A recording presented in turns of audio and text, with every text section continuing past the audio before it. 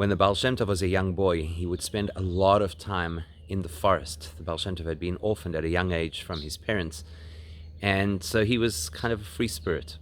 People often asked him, why do you spend so much time in the forest? And he'd say, because when you go out into nature, you are free of the toxins that people produce. He wasn't talking about pollution in the classical sense.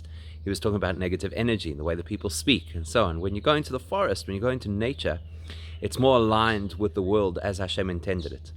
This is a time of the year, certainly for us in the southern hemisphere, where we tend to go out into nature a little bit more than usual.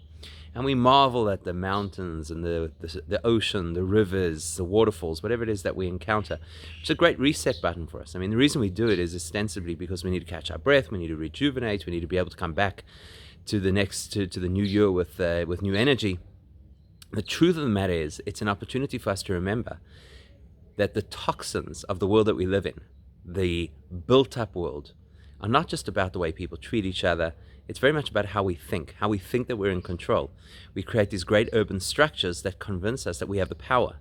And we create these systems that give us the illusion that we're in control of what happens in our lives. And when you step out into nature and you watch the incredibly perfectly balanced realities of nature, the ecosystems, the way that things interact, the way that Hashem has set up his world. You look out at the night sky and you see the stars that stretch way, way beyond galaxies that we can't begin to imagine.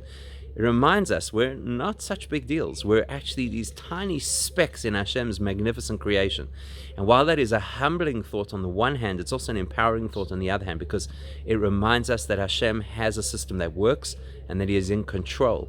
And as soon as we recognize that he also has our best interests at heart, that's the reset button.